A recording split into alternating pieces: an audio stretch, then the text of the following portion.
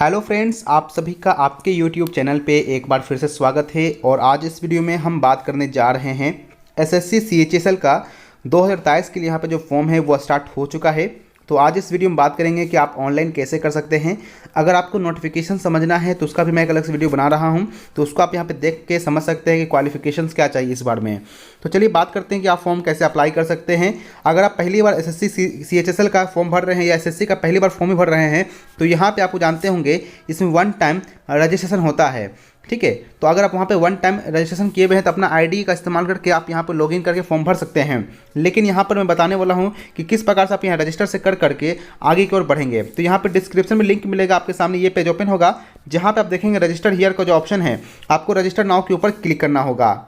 और इसके बाद यहाँ पूछा जाएगा कि आपके पास आधार कार्ड है कि नहीं है, आपको यस और नो के ऊपर क्लिक करना है। अगर आप आधार कार्ड का यस किए हैं तो यहाँ पर आपको आधार कार्ड का नंबर लिखना है।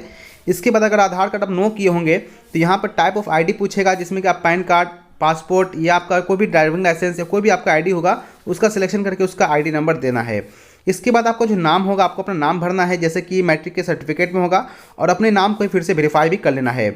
इसके बाद आपके पापा का नाम और आपके मम्मी का नाम भी आपको यहाँ पे फिलअप करना है और अपने पापा का नाम और अपनी मम्मी का नाम को वेरीफाई भी कर लेना है। इसके बाद आपका डेट ऑफ बर्थ होगा, जैसे कि मैट्रिक के सर्टिफिकेट में होगा तो आपको डेट ऑफ बर्थ का यहाँ पे मेंशन करना है, और मैट्रिक किस बोर्ड से पास किए उस बोर्ड का सिलेक्शन करना है, और किस बोर्ड से वेरिफिकेशन भी करना है, किस बोर्ड से पास किए हैं। इसके बाद आपको 10th का रोल नंबर जो होगा आपको 10th का रोल नंबर देना है। अब ध्यान रखिएगा जो 10th का रोल नंबर जब देंगे तो कैसे देना है, तो यहाँ पे लिखा हुआ साफ मेंशन किया गया है कि आपका रोल कोड और रोल नंबर के फॉर्म में होना चाहिए। तो रोल कोड आपको पता है कि 5 डिजिट का होता है, मान लीजिए 1 2 3 4 5 का रोल कोड है, और डैश देके फिर आपका यहाँ पर रोल नंबर लिख दीजिएगा। उसके बाद यहाँ पे अपने रोल कोड और रोल नंबर भी यहाँ पे फिलअप कर देना है और वेरीफाई भी कर लेना है। इसके बाद आप कब पास किए हैं 10th उसका पासिंग ईयर सिलेक्शन करना है। आपका मेल जेंडर क्या है, मेल है या फीमेल है या ट्रांसजेंडर है, उसका यहाँ पे सिलेक्शन करना है। इसके बाद आपका हाईएस्ट क्वालिफिकेशंस क्या है उसका आपको सिलेक्शन करना है। फिर आपका मोबाइल नंबर डालना है और अपने मोबाइल नंबर को कंफर्म भी करना है। इसके बाद आपका ईमेल आईडी डालना है और अपना ईमेल आईडी को कंफर्म करना है, और फिर स्टेट का सिलेक्शन करके सेव के ऊपर क्लिक करना है। सेव के ऊपर क्लिक करेंगे तो यहाँ पे आपका रजिस्ट्रेशन का होगा कंप्लीट हो जाएगा, और इसके बाद आपकी ईमेल पे एक ओटीपी आएगा और मोबाइल पे भी एक पासवर्ड आ जाएगा। उसका आपको इस्तेमाल करके आपको फिर लॉगिन के ऊपर क्लिक करना है।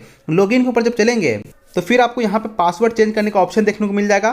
तो आपको ओल्ड पासवर्ड यानी जो आपके ईमेल पे या मोबाइल पे जो 4 डिजिट का जो पासवर्ड आया उसका डालना है, और एक नया पासवर्ड आपको बना लेना है जो आपको हमेशा याद रख सकता हो। इसके बाद फिर आपको सबमिट के ऊपर क्लिक करना है, और सबमिट पे क्लिक करते ही यहाँ पे आपको सेकेंड यहाँ पे कॉन्टैक्ट डिटेल्स भरने के लिए कहा जाएगा, जिसमें कि आपका कैटेगरी क्या है, कैटेगरी का सिलेक्शन कीजिएगा। फिर अपने वेरीफाई करना अपना कैटेगरी को, नेशनलिटी इंडियन दीजिएगा, और आइडेंटिफिकेशन मार्क्स पूछेगा तो कहीं कट मार्क हो गया, कहीं मोल मार्क्स हो गया, कहीं वॉर्न मार्क्स हो गया, कहीं बर्न मार्क हो गया, वो आपको यहाँ पे लिख देना है। इसके बाद पूछ रहा है कि आप विकलांग में हैं या नहीं है, तो आपको यस और नो के ऊपर यहाँ पे क्लिक करना है। अगर आप यहाँ पे यस पे क्लिक कर रहे हैं तो बताना होगा कि आप किस कैटेगरी से बिलोंग कर रहे हैं डिसेबिलिटी में। अगर नो पे क्लिक कर रहे हैं तो कोई दिक्कत नहीं है। इसके बाद यहाँ पे आपको एड्रेस भरने के लिए कहा जाएगा, तो आपको अपना एड्रेस लिखना है। इसमें क्या लिखेंगे तो विलेज का नाम, पोस्ट ऑफिस, वो थाना, ये आपको लिख देना है। फिर स्टेट कौन सा है, डिस्ट्रिक्ट कौन सा है, और पिन कोड क्या है वो आपको यहाँ पे लिखना है।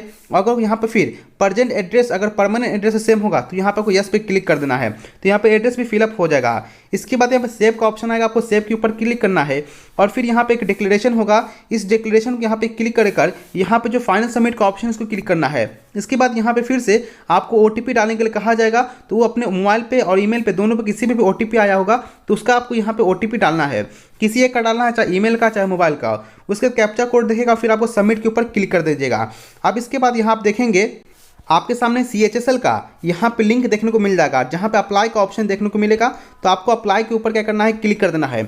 अप्लाई के ऊपर जब क्लिक करेंगे आपके द्वारा जो भी डिटेल भरा गया था वो यहाँ पे देखने को मिलेगा। अब इसके बाद यहाँ पे आप देखेंगे आपको यहाँ पर डायरेक्टली आपका जो सेंटर है वो चॉइस करने के लिए कहा जाएगा।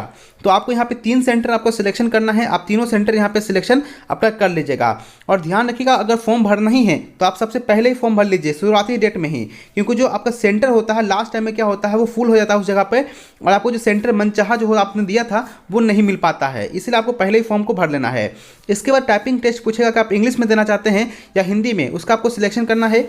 इसके बाद पूछ रहा है कि आपने 12th जो पास किया उसमें साइंस स्ट्रीम है और जो मैथमेटिक्स फिजिक्स सब्जेक्ट है कि नहीं है, तो यहाँ पे आपको यस और नो के ऊपर ही क्लिक करना होगा, क्योंकि अगर आप यहाँ पे यस पे क्लिक करते हैं मैथ का तो डीई ऑफिस के अंदर आपको यहाँ पे काम देखने को मिल जाता है।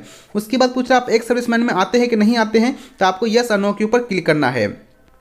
इसके बाद आपको नीचे की ओर आना है और यहाँ पे पूछा जा रहा है कि आप एज रिलैक्सेशन चाहते हैं कि नहीं चाहते हैं। तो एज रिलैक्सेशन की जब बात करते हैं तो यहाँ पे साफ मेंशन किया गया पारा 6.2 के अंदर कि आपको उम्र कितनी होनी चाहिए। तो कम से कम आपका जो उम्र है कम से कम 18 साल होना चाहिए और मैक्सिमम जो है जनरल कैटेगरी के लिए 27 साल जो उम्र होगा वो चलेगा। लेकिन अगर आप किसी ओबीसी से बिलोंग कर रहे हैं तो यहाँ पे आप मैक्सिमम 30 साल तक अप्लाई कर सकते हैं। अगर आप एससी एसटी से बिलोंग कर रहे हैं तो यहाँ पे आपको 32 साल तक उम्र यहाँ पे छूट मिला है। तो यहाँ पे देख लीजिएगा आपका उम्र पार हुआ है कि नहीं हुआ है। इसके बाद आपका हाईएस्ट क्वालिफिकेशन जो होगा आपको अपना हाईएस्ट क्वालिफिकेशन के यहाँ पे सिलेक्शन कर लेना है। इसके बाद यहाँ पे देखा जाएंगे तो पूछ रहा है कि डिटेल्स ऑफ क्वालिफाइंग एजुकेशनल, तो 12th पास है या इक्विवेलेंट 12th है। तो याद रखिएगा इक्विवेलेंट 12th वो लोग होंगे जो पॉलिटेक्निक यानी डिप्लोमा कंप्लीट किए होंगे, वो यहाँ पे इक्विवेलेंट 12th स्टैंडर्ड क्लिक करेंगे।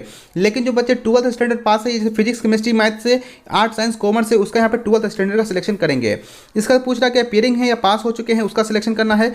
कब पास की हैं उसका आपको यहाँ पे डेट जो है मेंशन करना है। इसके बाद किस स्टेट से पास की हैं, स्टेट का सिलेक्शन कीजिएगा। किस बोर्ड से पास की हैं, रोल नंबर क्या है, आपको रोल नंबर यहाँ पे अपना लिख देना है। इसके बाद कितना परसेंटेज आया है या सीजीपी आया है वो आपका सिलेक्शन यहाँ पे कर दीजिएगा। इसके बाद पूछा अपना इन्फॉर्मेशन थर्ड आदमी को आप देना चाहते हैं कि नहीं देना चाहते हैं, आप यस और नो के ऊपर क्लिक कर सकते हैं। इसके बाद यहाँ पे आपका एड्रेस, आपका मोबाइल नंबर सब कुछ देखने को मिलेगा। अब यहाँ पे फोटो आपको अपलोड करने के लिए कहा जाएगा। ध्यान रखना है जो फोटो है ये 6 सितंबर 2022 के बाद का फोटो, उसके ऊपर डेट होना चाहिए। डेट होगा तो आप अच्छा रहेगा, डेट दे दीजिएगा। फोटो के ऊपर नाम और डेट जो होता है वो दोनों लिख दीजिएगा। और फोटो का साइज है 20 से 50 KB के बीच में होना चाहिए और जेपीजी फॉर्मेट में। और सिग्नेचर आपका 10 से 20 KB का बीच का होना चाहिए जेपीजी फॉर्मेट में। तो इस दोनों को अपलोड करना है। उसके बाद यहाँ लिखा गया है कि फोटोग्राफ पे आपका नाम है कि नहीं है, आपको यस और नो के ऊपर क्लिक करना होगा।